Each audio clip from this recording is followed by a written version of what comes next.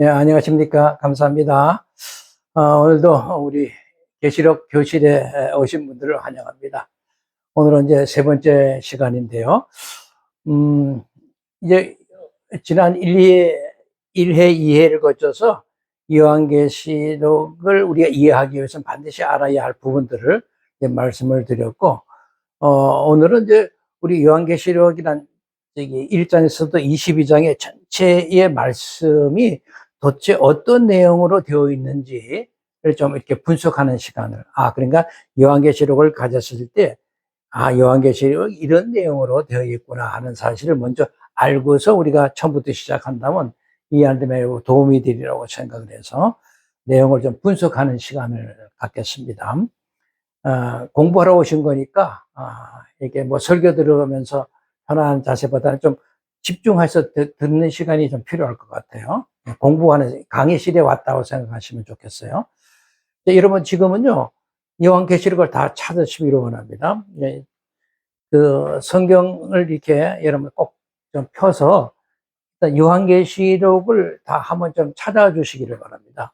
요한계시록을 이렇게 펴서 좀 넘겨가 쫓아가면서 이 어떤 내용으로 되어 있는지를 좀 이렇게 살펴보는 시간을 이제 가지려고 하는데요. 그 요한계시록은 이제 첫 번째 이렇게 제가 여기 이렇게 써 있습니다만은 잘 보이실런지 모르겠네요.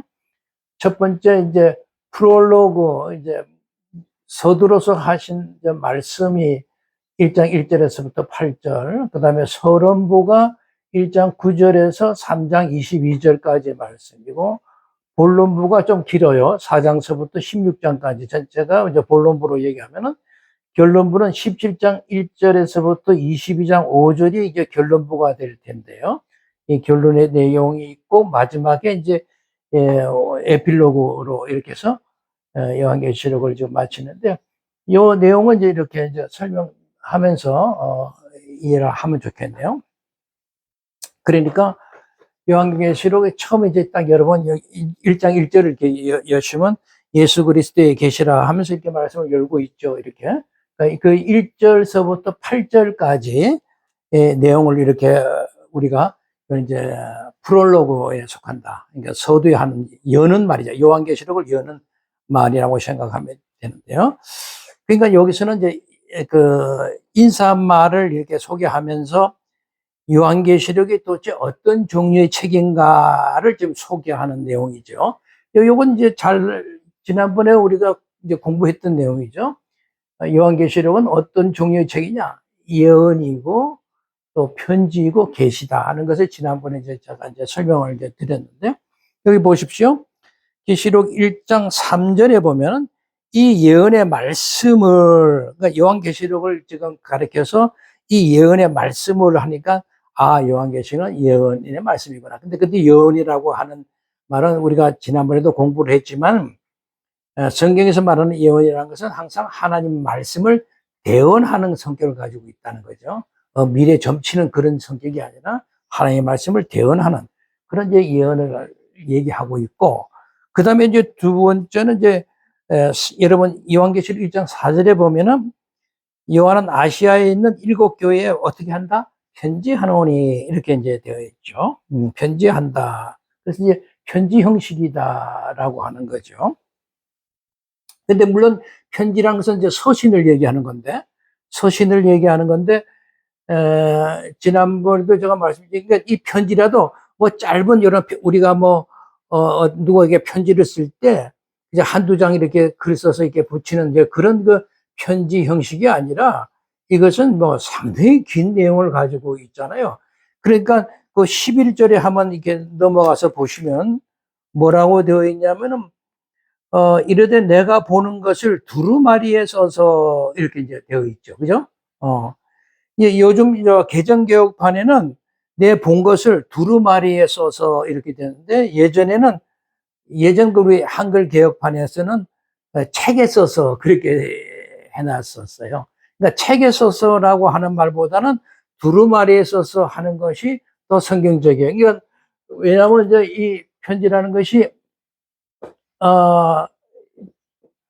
비블리오 리아라고 하는 말인데, 이 이 말 자체가 스크롤입니다. 그러니까 두루마리 형식으로 된 걸 얘기하니까, 그러니까 저기 책에 써서 이렇게 하는 그 번역보다는 두루마리에 써서 이렇게 번역한 게 좀 좋아서, 요즘 개정판에서 이렇게 번역한 그 두루마리에 써서라고 이렇게 번역한 것이 잘 됐다라고 이제 보는데, 하여튼 그 편지라는 것은 두루마리 형식을 가지고 있다. 상당히 긴 내용을 가지고 있다라는 이제 특징을 가지고 있고, 그 다음에 이제 이것은 그 1장 1절에 이미 시작하잖아요. 예수 그리스도의 어떻다? 계시다. 예수님이 보여준 계시고, 사도 요한이 예수님의 계시들을 이렇게 쭉 펼쳐놓은 얘기니까요. 계시다.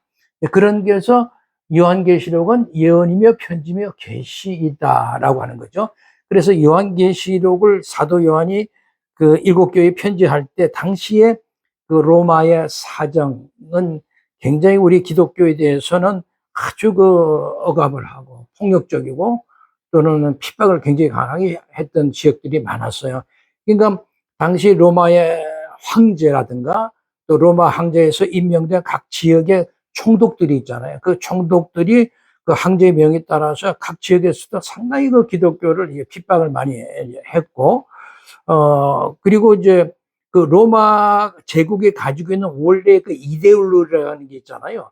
그 로마의 이데올로기가 우리 기독교는 상당히 상충되는 부분이 많아서, 그래서 굉장히 핍박을 많이 했다. 그런 상황에서 사도 요한이 그 자기가 순회하는 그 지역의 교회들에게 그 핍박당하는 현장에서 믿음을 지킬 수 있도록, 그리고 그 기독교는 그리스도 안에 지금 어떤 형편이 있는지 확실하게 보여줘서 그 믿음을 지키고 그 격려하기 위해서, 그래서 교회 강도가 무너지지 않게 하기 위해서 이 편지를 보낸 것이 1차적인 목적이었다라고 하는 것을 제가 말씀을 드렸죠. 예. 그걸 잘 기억하시고, 예언이며 편지며 이제 계시였다라고 하는 것이 우리가 플로로고에서 우리가 이제 알 수가 있고, 그 다음에 이제 서론부로 넘어가면 서론부는 1장 9절에서부터 3장 22절에까지 내용을 이제 우리가 서론부에 속한다 이렇게 이제 얘기를 하는데, 그러니까 이 서론부의 얘기라고 하는 것은 요한계시록 전체의 어떤 그 기초가 된다라고 할까요? 그러니까 토대가 된다라고 할 수가 있습니다. 그것이 기초로 깔려서 요한계시록이 세워지는 거니까요. 그래서 여기에 이제 그 7교회에 대한 편지 내용들이 쭉 이렇게 이제 나오거든요. 그런데 여기에서 보면은 먼저 제가 이제 구별을 해놨어요. 이 서론부가 1장 9절에서 3장 22절에서 1장 9절에서 1장 20절까지의 내용 하나하고, 그 다음에 이제 2장 1절에서 3장 22절까지 내용을 구별해서 이렇게 좀, 우리가 생각을 하면 돼요. 그러니까 1장 9절에서 20절까지는, 말하자면, 승계하신 예수님의 모습을 이렇게 이제 우리가 발견하게 됩니다. 그러니까 그 예수님의 승계하신 모습을 이렇게 소개를 하면서 사도 요한에게 네게 뭐라고 얘기하면, 네가 본 것을 그 두루마리에 있어서 7교회의 편지에 보내라 라고 이제 했잖아요. 그 편지를 이렇게 보내면서 제일 먼저 그가 관심 있게 그들에게 제공한 내용은 뭐냐면, 승계하신 예수님 모습을부터 소개를 했다는 거예요. 승계하신 예수님. 그러니까 그분이 예수님이 십자가에 죽으시고 부활하시고 승천하셔서 하늘의 모든 악의 세력들, 사탄을 비롯한 모든 악의 세력들을 다 내어 쫓아버리고 하늘을 완전히 만물의 통치 영역자인 당신이 등극함으로써 하늘을 깨끗하게 완전히 회복하는 그런 그 예수님의 승계하신 모습을 소개를 하는 거죠. 그러니까 만주의 주, 만왕의 왕이라는 우리 찬양도 많이 하는데, 바로 그러한 통치자에서의 회복된 그 예수님의 모습을 이렇게 딱 소개를 하면서 시작을 하고 있다라고 하는 것이고요.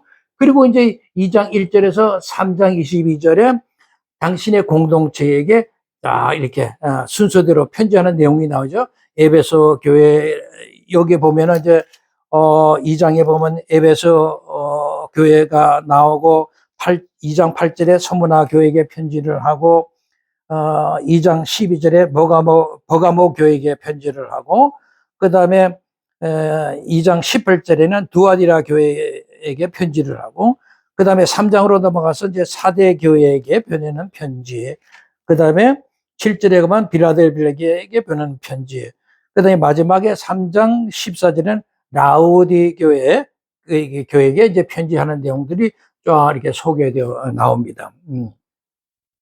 그러니까 이 7개에게 보내신 그 메시지라고 하는 것은 요한계시록 전체를 말하자면 하나의 구체적으로 말하자면 하나의 구체적인 어떤 정황을 하나 묶어놓은 역할을 하는데, 그 왜냐하면 거기에 이제 항상 승리자이신 통치자로서 예수님의 모습이 강조되고, 그리고 또 하나는 이 땅에서는 항상 교회가 고난받는 모습으로 이렇게 보여지고 있잖아요.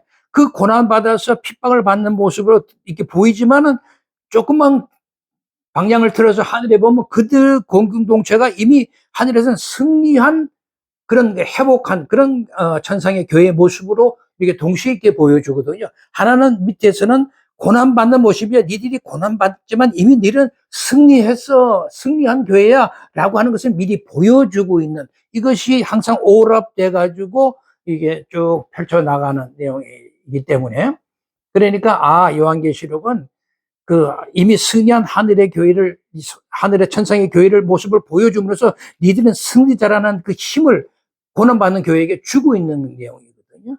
이것이 연결되어야 요한계시록이 자 이렇게 보이기 시작합니다. 그걸 잘 기억하시면 좋겠고요. 다음으로 이제 넘어가면은 이제 본론부가 되겠네요. 먼저 본론부는 4장에서부터 16장 상당히 길게 되어 있는데, 이 본론부도 이제 두 부분으로 이렇게 나누어서 볼 수가 있어요. 나중에 이제 4장과 5장으로 하나에 묶어서 나오고, 그 다음에 이제 6장서부터 16장까지는 하나 이제 묶어서 이렇게 나온다고 볼 수가 있는데, 그러면 여러분 이제 4장을 이렇게 펼쳐보면은 4장의 내용이 여러분 읽어도 이게 이제 이렇구나 이렇게 하는 걸 정확하게 좀 알고서 이것이면 요한계시록이 딱 들어옵니다. 자, 4장이라고 하는 것은 창조주 되신 하나님을 높이는 장면이에요. 높이는 장이에요. 그러니까 여기 보면 거룩하다 주 하나님 곧 전능하시여 전에도 계셨고 이제도 계시고 장차 오시라 하면서 막 그 모든 생물들이 보좌하신 그 살아계신 창조주 하나님께 찬양을 드리는 모습, 그리고 24장로들도 보좌 아래서 찬양 드리는 이런 모습, 그러니까 창조주 하나님에 대한 그 찬양의 영광을 돌리는 모습들이 쫙 소개되어 나와요. 그런데 이제 그 바로 넘어서 이제 5장으로 넘어가게 되면은 그 하나님께, 창조주 하나님께 드리는 찬양이 구속주이신 예수 그리스도에게 바뀝니다.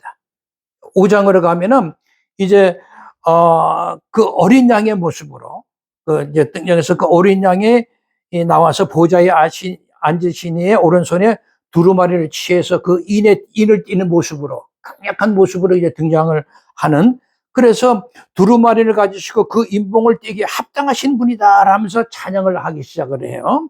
그러면서 5장 10절에도 보면 우리 하나님 앞에서 나라와 제사장으로 삼으니 그들이 땅에서 왕노를 하리라. 그러면서 12절로 넘어가면 죽인 다음신 어린 양은 능력과 부와 지혜와 힘과 존귀와 영광과 찬송 받기에 합당합니다 라고 찬양을 드리는 구속주의 찬양이 쫙 나오죠. 그래서 여러분 이제 중요하게 보니까 13절에 보시면, 이제 5장 13절에 보면 보호자에 앉으신 이와 어린 양에게 찬송과 존귀와 영광과 권능을 세세토록 돌릴지어다 라고 찬양을 합니다. 모든 만물이. 이건 사실 있을 수가 없는 일이잖아요. 여러분, 황제를 찬양하는데 그 옆에 누가 그 맏아들이 거기 같이 앉아가지고 찬양 받을 수 있는 경우가 있어요, 없어요? 있을 수가 없는 일이잖아요. 근데 성경은 바로 이 어린 양을 보좌에 앉으신 그 똑같은 동일한 영광의 자리에 딱 같이 앉혀져 있다라고 하는 것입니다. 이걸 꼭 기억하셔야 돼요. 그래서 사도의 그냥 우리 그 바울 같은 경우도 보면 빌립보에서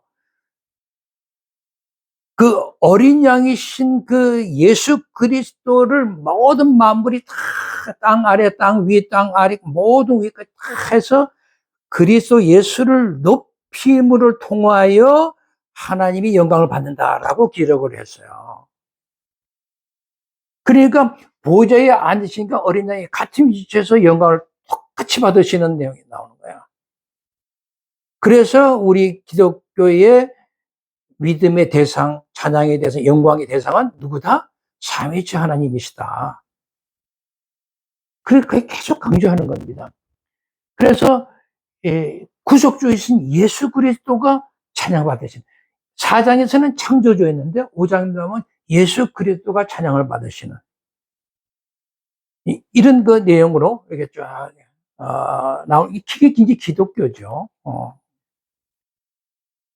그래서 이 본론부에 있어서는 이제 4장 5절은 막 그 정도에 우리가 이해를 하시면 넘어가면 되는데, 그 다음에 이제 6장서부터 16장까지는 이것은 이제 굉장히 길잖아요. 그것은 전체적으로 심판에 대한 얘기가 나오거든요. 이제 인에 대한 심판에 대한 얘기, 그 다음에 나팔에 대한 심판의 얘기, 그 다음에 이제 대접에 대한 심판의 얘기들이 쭉 나오거든요. 그런데 이러한 그 심판을 통해서 뭐가 도래했다라고 선포하는 것이냐면 종말이 도래했다라고 선포하는 거예요. 종말이 돌아오면서, 심판이 돌아오면서 역시 거기에 이제 구속이 함께 말하자면 도래했음을 선포되는 거죠. 그러니까 우리가 예수 그리스도가 이 땅에 오셔서 사탄의 머리를 치명상을 십자가에서 입히시고 사탄은 완전히 머리를 치명상을 당한 이후부터 이 그 사탄의 통치 아래에 있는 이 악한 세상은 종말의 시대를 맞이하게 됐다고 얘기를 했죠. 그러니까 종말이라는 것은 미래 언젠가 예수님이 재림하시면 오는 것을 종말이라고 하는 것이 아니라 예수님이 첫 초림 때에 이미 사탄의 머리를 이렇게 치명상을 입히고 이 악한 세상에 종말을 오게 했잖아요. 종말의 시대가 쭉 열려진 거란 말이죠. 그래서 우리가 이 인의 심판이다, 또는 나팔의 심판이다, 대접의 심판이라고 하는 것은 바로 종말에서 시대에 나타나는 하나의 특징들을 얘기하는 거거든요.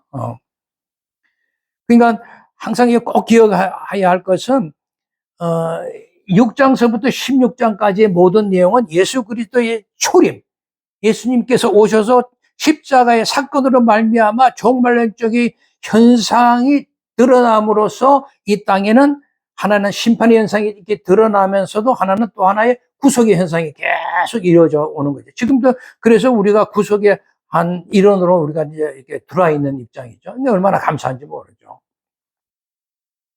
그러니까 계시록 6장에서 16장의 모든 심판의 내용은 항상 4장 5장 창조주 하나님과 구속주 예수님의 그 모든 역사 계획 안에서, 사역 안에서 이 6장에서 16장의 사건들이 일어난다라고 하는 것 꼭 이제 기억하시면 좋죠.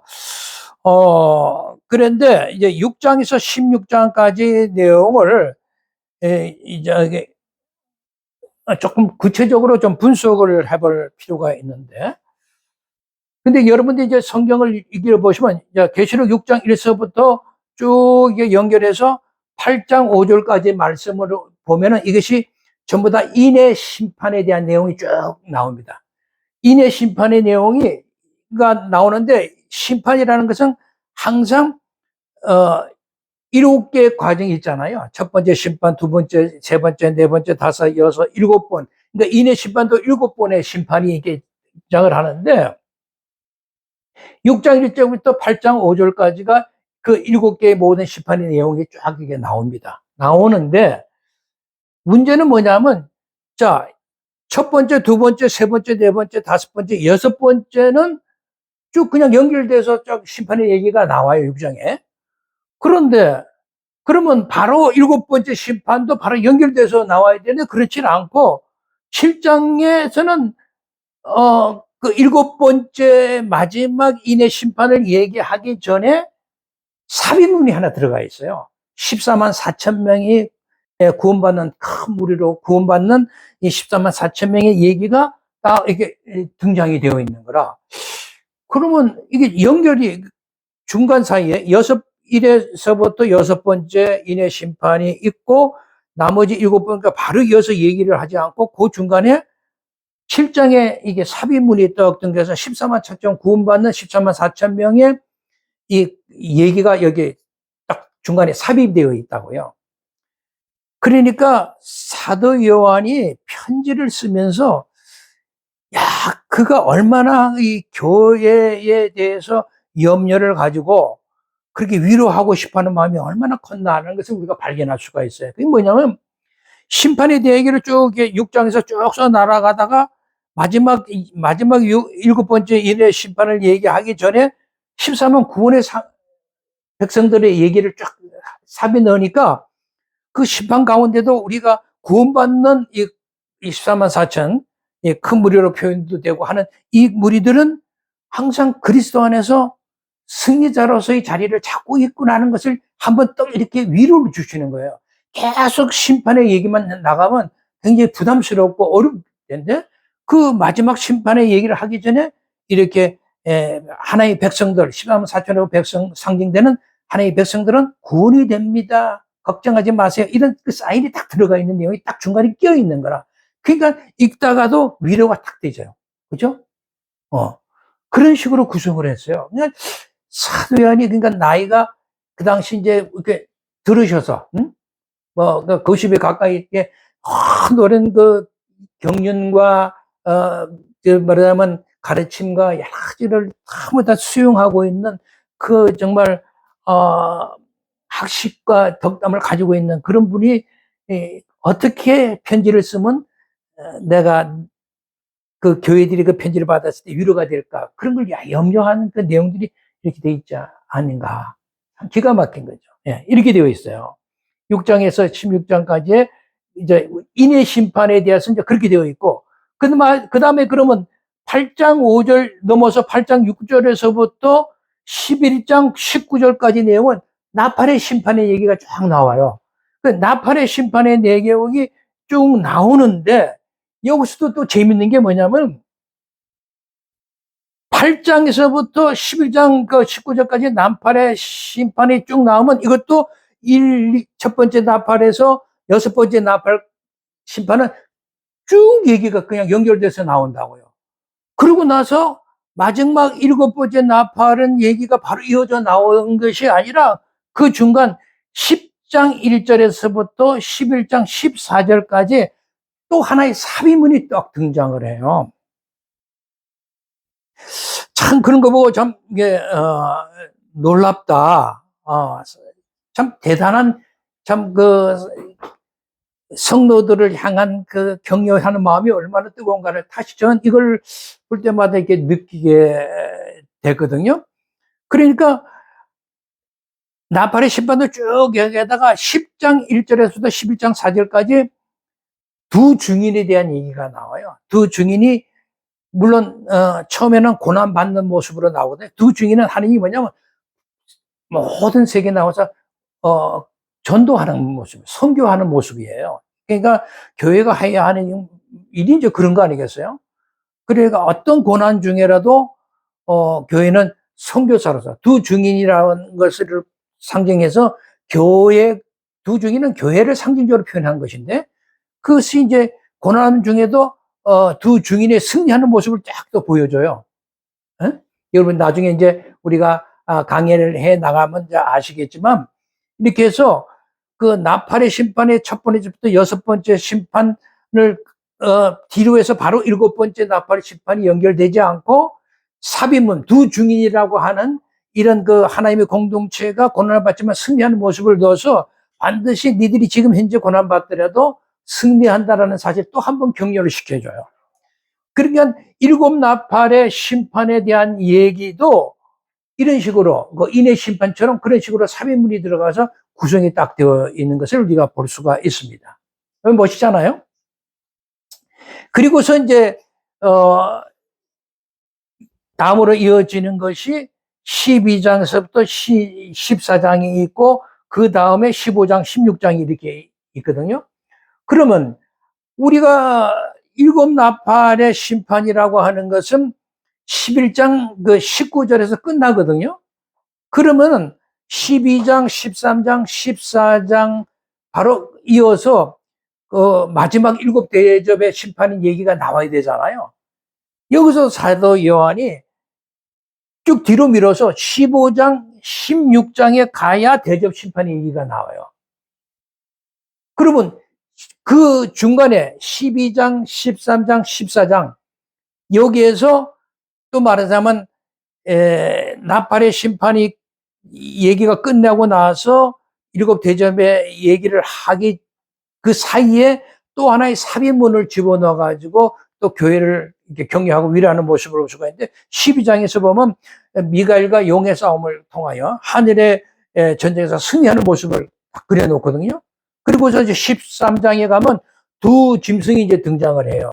바다에서 올라온 짐승이 있고 땅에서 올라온 짐승이 이렇게 있는데 이것은 나중에 이제 그때 요한계시록 13장을 이제 강의할 때 제가 구체적으로 설명할 것이니까 지금 뭐 미리 이제 뭐 아직 필요는 없지만 그 두 짐승이 등장했지만 그 짐승들이 결국은 끝나는 거죠.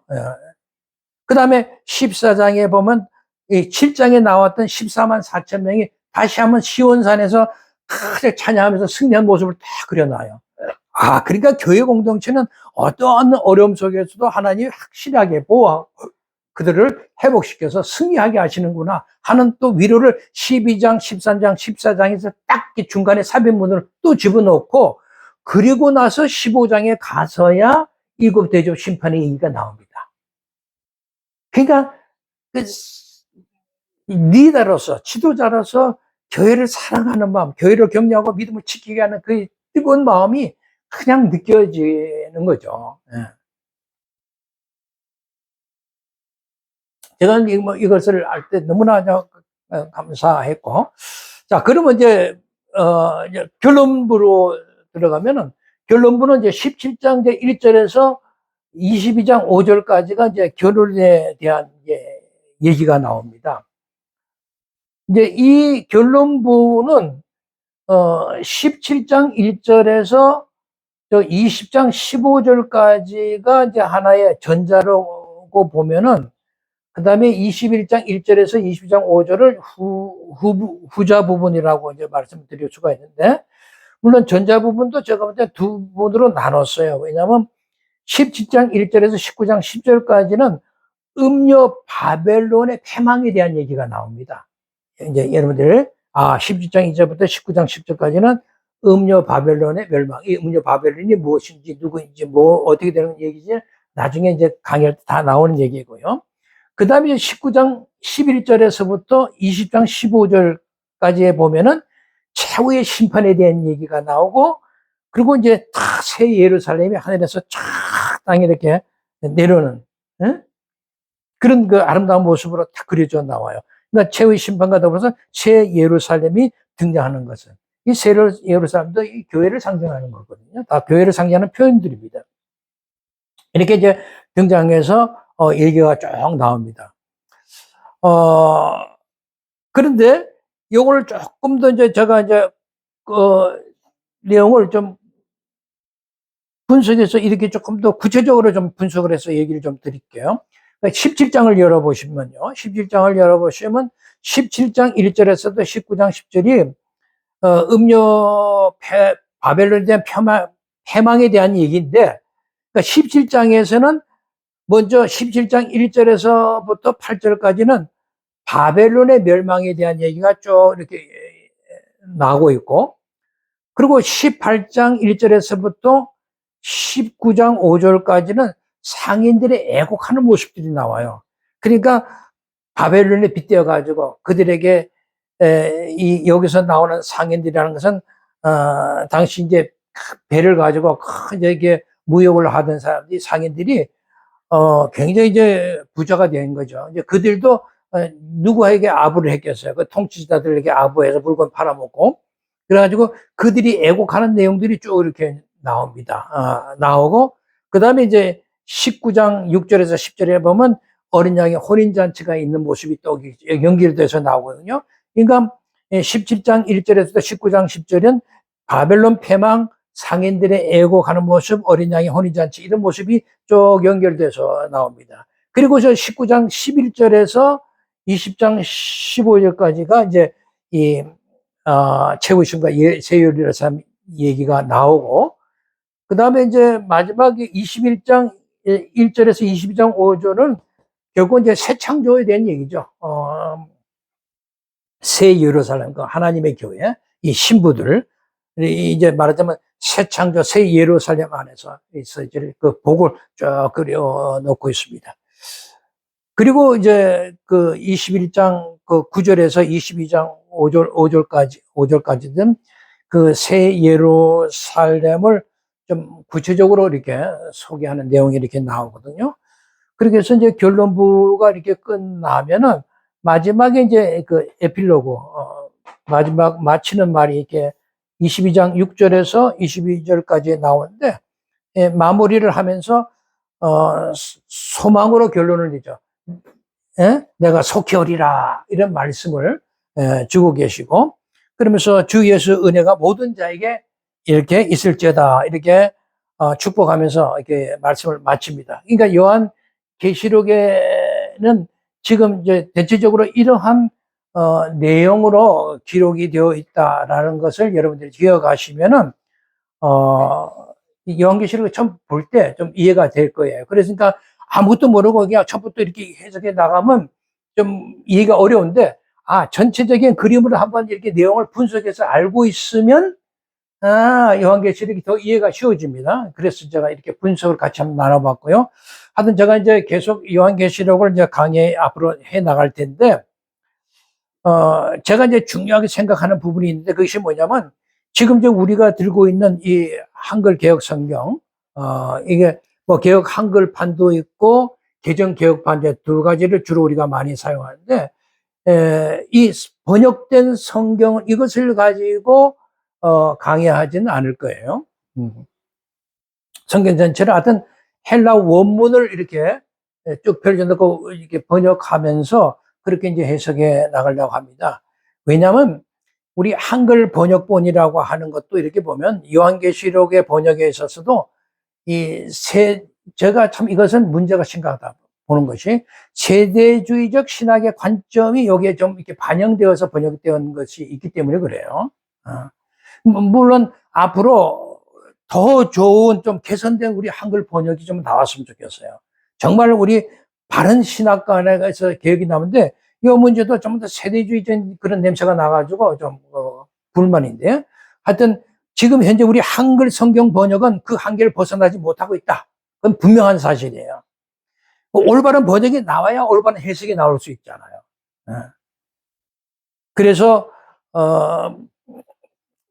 요한계시록을 해석하는 과정에서는 이 번역에 따른 그 본문의 의미가 전혀 다르게 우리가 생각되고 파악되는 경우가 하도 많아가지고, 요한계시록은 특히 이게 번역에서 매우 중요하게 생각하고 우리가 이것을 들여다봐야 되겠다 생각을 하는 거죠. 그러니까 제가 이제 중요하게 생각하는 것은 정말 올바른 번역을 위해서는 그 본문에 대한 구문을 분석하는 거라고 생각을 해요. 그러니까 구문을 분석해야 정확한 번역이 또 나오니까요. 그러니까 이것은 번역이라는 것은 항상 구문 분석과 함께 가야 정확한 번역, 좀 번역이 되니까 이것은 둘은 아주 밀접한 관계가 있는 거죠. 그러고 난 다음에 우리가 본문을 이렇게 해석하고 주의해 나가야 되는 거죠. 바른 구문 분석이 있어야 바른 번역이 있을 수 있기 때문에 그런 거거든요. 그러니까 주의할 때는 저도 이제 항상 중요하게 생각하는 핵심 과정이 있는데, 그게 뭐냐면 어떤 것을 우리가 핵심 과정으로 삼냐면, 일단은 구약 성경, 요한계시록은 그냥 요한계시록만 하나의 독자적인 하나의 연서가 이렇게 온 게 아니라 다 구약에서 예언된 것들이 여기 연결되어 있기 때문에 항상 구약 성경을 이렇게 같이 연구하는 거 굉장히 중요하고, 당시는 묵시문학이 상당히 성행하던 시절이었기 때문에 당시의 유대 문헌들, 당시 유대인들이 썼던 많은 문헌들이 있거든요. 그런 많은 이제 문헌들 가운데도 묵시문학에 대한 얘기도 많이 우리가 이렇게 좀 살펴봐야 할 내용들도 있고, 그리고 그 동시적인 시대의 배경이 있잖아요. 역사적인 배경이 있단 말이야. 그런 것들이 굉장히 중요합니다. 그러니까 그 구약 성경의 흐름 속에 나타난 유대 문헌들의 그 얘기들을 우리가 알아야, 또 그 당시 저자들이 동시대적인 세계관이 있잖아요. 그것을 제대로 알아야 그 속에서 우리가 번역이 돼야 제대로 그 번역이 될 거 아니겠어요? 그러니까 여러분이 신약 성경의 기록도 바로 그 당시 유대 문헌이라든가 저자들의 그 동시대 세계관 속에서, 그런 흐름 속에서 신약 성경에 이렇게 기록돼서 나온 거지, 떨고 하늘에서 툭 떨어진 얘기가 아니라고요. 우리는 너무 신비롭게 생각해가지고 하늘에서 떨어진 얘기라고 생각을 하고 있어요. 성경의 얘기들을. 그러니까 구약 성경의 얘기, 또 유대 문헌의 배경의 지식이 없다면은 요한계시록을 바르게 해석하는 것은 절대로 불가능합니다. 어려워요. 그 내용 엉뚱하게 오해하고 잘못된 해석이 나오죠. 그러니까 어떤 요한계시록을 어떻게 생각하냐면 역사적으로 일어나는 사건에 대한 어떤 시나리오처럼 생각하는 경우들이 많잖아요. 그 세대주의들이 딱 그래요. 이렇게 역사적으로 일어나는 사건과 이렇게 대비시켜서 막 이렇게 얘기를 하려고 하는 그런 시나리오 정도로 요한계시록을 생각하고 해석을 한다 하면은, 그런 사람들은 그런 구약 성경의 배경이라든가 당시 유대 문헌의 배경과 동시대적 세계관을 전혀 무시한, 정말 그런 해석적 가치를 완전히 무시한 그런 입장이기 때문에 그런 것을 절대 따라서는 안 되는 거예요. 근데 그걸 그냥 성경에 해석된 본문 그대로 가지고 그냥 해석하려고, 역사에다 맞춰서 해석하려고 했더니 이게 엉터리 같은 얘기가 나요. 그래서 세대주의는 저는 이단이라고 보는 거예요. 그래서 요한계시록의 주의 작업은 그런 배경 연구가 굉장히 필수적이다라고 하는 것이고, 그래서 요한계시록 강의하는 것은 아무나 쉽게 할 수 있는 것은 솔직히 아니에요. 저도 굉장히 너무 힘듭니다. 그래서 어려운 과정을 이제 밟을 수밖에 없는데, 아마 그런 이유로 요한계시록을 강의하고 싶지는 않을 거예요. 왜냐하면 제대로 한번 하려고 그러면 이거는 정말 엄청난 시간이 필요로 합니다. 어려운 작업이고, 그렇다고 이 작업을 했다고 누가 박수 쳐주는 것도 아니더라고요. 단지 주님만 이 작업에 대한 노력에 대해서 평가를 해주고 인정해 주시면 감사하다 생각하고 전 강의를 계속 할 겁니다. 오늘은 이제 다음 주부터는 다음에는 1절 1서부터 이렇게 이제 강의를 쭉 해 나가겠습니다. 오늘까지 잘 이해를 하시면 서두적으로 알아야 할 것들 다 아신 거라고 생각합니다. 자, 다음에 뵙겠습니다. 간단히 감사합니다.